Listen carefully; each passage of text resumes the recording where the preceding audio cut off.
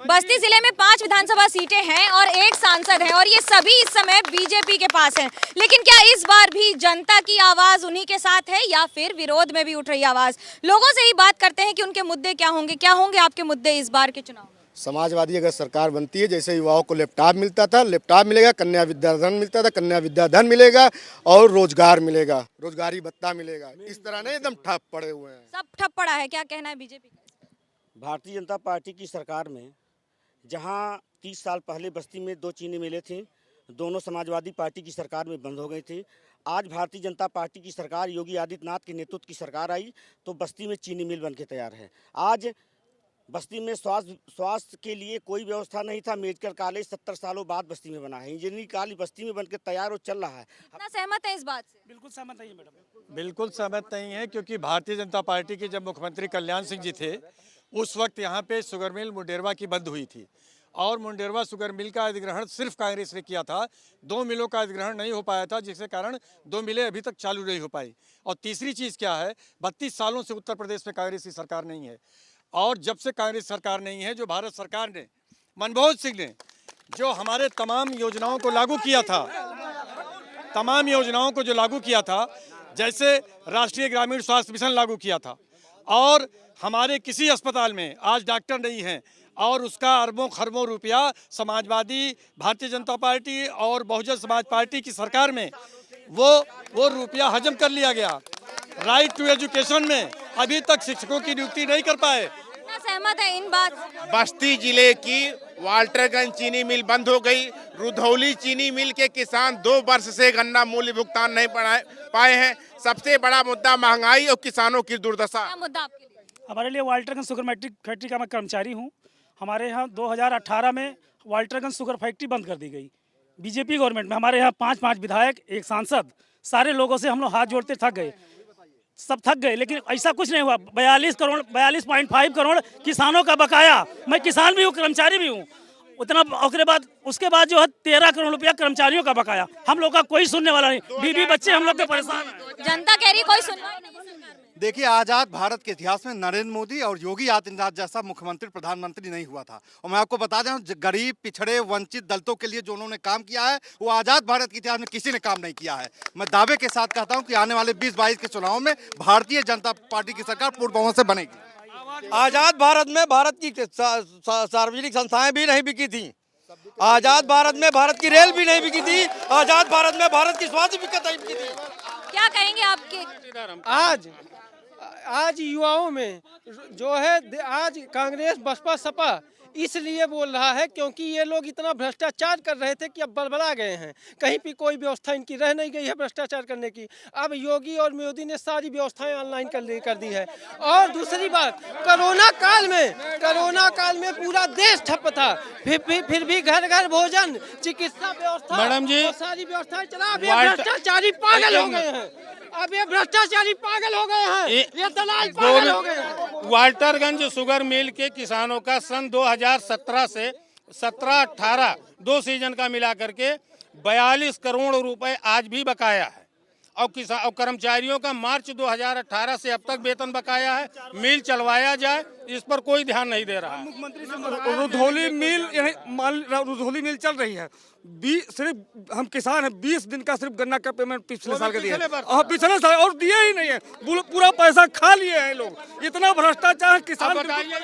ये जो भारतीय जनता पार्टी के लोग जो यहाँ कह रहे हैं कि सारे लोग सुरक्षित है, मैं आप लोगों से, आपके माध्यम से, न्यूज चैनल के माध्यम से मैं बताना चाहता हूं कि योगी के गढ़ में, गोरखपुर में एक व्यापारी की हत्या कर दी जाती है।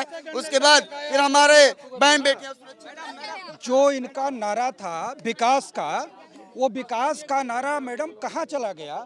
बेरोजगारों की कोई आवाज नहीं सुनी जा रही है। बेरोजगारों के ऊपर लाठी बरसाया जा रहा है। किसानों की बात नहीं सुनी जा रही है। हर जगह महंगाई, भ्रष्टाचार, शर्म। नीति आयोग की रिपोर्ट है, साल 2020 आत्महत्याओं वाला साल था। 6 साल से लगातार मानवाधिकार हनन में ये सरकार नंबर 1 रही है। बस्ती विकास की बात है, यही समाजवादी पार्टी के भी मंत्री थे, यही बसपा के भी मंत्री थे।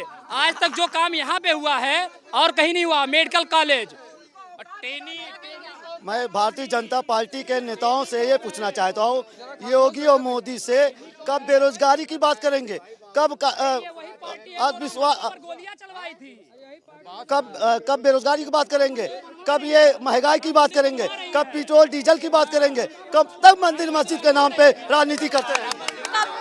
कब तक आप मंदिर मस्जिद के नाम पर ही राजनीति करते हैं? मंदिर मस्जिद, ये हिंदुस्तान है, अयोध्या में मंदिर बनेगा। अगर बनारस में मंदिर बना है तो वहाँ बगल में मस्जिद भी है। ये लोग हिंदू मुसलमान करके मुसलमानों को केवल मूर्ख बनाते हैं। हमने मुसलमानों को आवास दिया, रोजगार दिया, हम लोगों ने शौचालय दिया। आज मैं बताना चाहता हूँ, बस्ती का कोई एक मोहल्ला ले लीजिए, हिंदू और मुसलमान जहाँ रहते हो, सैकड़ों मंदिर मस्जिद के नाम पर वोट कब तक मांगा जाएगा? क्या बेरोजगारी, डीजल, महंगाई मुद्दा नहीं होगी? अगर ये स्पष्ट है तो 2022 में योगी मुक्त होंगे, 2024 में मोदी मुक्त। सबसे बड़ा मुद्दा मैडम बेरोजगारी है। एक मिनट रुक जाए, रुक जाओ। सबसे बड़ा मुद्दा बेरोजगारी है। बस्ती के विकास की बात करेंगे, बस्ती के विकास की बात। एक मिनट के बाद देश में कोई हिंदू शासक शासन कर रहा है। 800 सालों के बाद देश में कोई हिंदू शासक शासन कर रहा है, और उन्होंने हिंदुओं के जिस भारतीय संस्कृति सभ्यता को जिस भारतीय संस्कृति सभ्यता को पूरे विश्व में माना जाता था, उसको योगी और मोदी ने सबका साथ सबका विकास करने वाली सरकार अब जालीदार टोपी के नाम पे अल्पसंख्यकों तो गरीबी नहीं है तो फ्री में राशन क्यों? फ्री में राशन क्यों? कोरोना काल में गरीबी है ना। अभी किसी युवाओं को रोजगार नहीं मिला है। भर्ती की बात करते हैं, भर्ती पूछा जाता है, उसके बारे में भी कुछ नहीं। यूपी प्लस योगी नहीं है, यूपी कोई नहीं है। रोजगार की बात ही नहीं है भैया, रोजगार ना दिया जा रहा है। रोजगार की बात पूछिए। मैडम हमारी बात को सुनिए, सिर्फ भाजपा वालों के पास मंदिर और मस्जिद का ही सिर्फ मुद्दा रहता है, विकास का कोई मुद्दा नहीं। एक मिनट विकास के नाम पे पूरे जिले मैडम 2017 से मैडम सारी परीक्षाएं लीक की जा रही है। नेट की केवल हर भर्ती भारतीय जनता पार्टी ने जिस प्रकार अल्पसंख्यक समुदाय में ये देखा जाता था कि अल्पसंख्यक समुदाय का व्यक्ति हरदम अपना रोजगार करने के लिए, अपना व्यवसाय करने के लिए पूंजी के लिए परेशान होता था और बैंकों से लोन मांगता था। अन्य सरकारों में वो लोन नहीं दिए जाते थे और हमारी भारतीय जनता पार्टी की सरकार ने 1 लाख रुपए से 20 लाख रुपए तक का लोन देने का काम किया है। पहली बार सीटेट का सेंटर ऐसा हुआ है कि सीटेट का जो पेपर है 500 से 700 किलोमीटर तक सीटेट का पेपर गया है, जिससे गरीब छात्र कैसे पेपर देने जाएंगे। और दूसरी बार हर भर्ती केस में इनका फर्ज जाता है, इनके राज्य में किसी चीज का। देखिए, भारतीय जनता पार्टी के पास झूठ के अलावा कुछ नहीं है। अभी प्रमोद पांडे जी बोल रहे थे कि समाजवादी पार्टी ने कोई काम नहीं किया। ये जो मेडिकल कॉलेज है, मेडिकल कॉलेज अखिलेश यादव की देन है। अखिलेश यादव जी ने बनाया है। इनके पांच एमएलए हैं, एक सांसद है। भ्रष्टाचार पूरी तरह उत्तर प्रदेश में बंद है। ये समाजवादी पार्टी भ्रष्टाचार करने के लिए परेशान थे, इस नाते ये पागल बन के घूम रहे हैं। इस नाते मैं कहना चाहता हूँ 2022 में सपा बसपा साफ होगी, कांग्रेस का पता नहीं चलेगा। एक और जहाँ पर जनता के सवाल है तो वहीं जनता ये भी जानती है कि जवाब भी जनता ही देगी। कैमरा पर्सन सूरज पांडे और सतीश श्रीवास्तव के साथ मनोज लोहिया, बस्ती एबीपी न्यूज।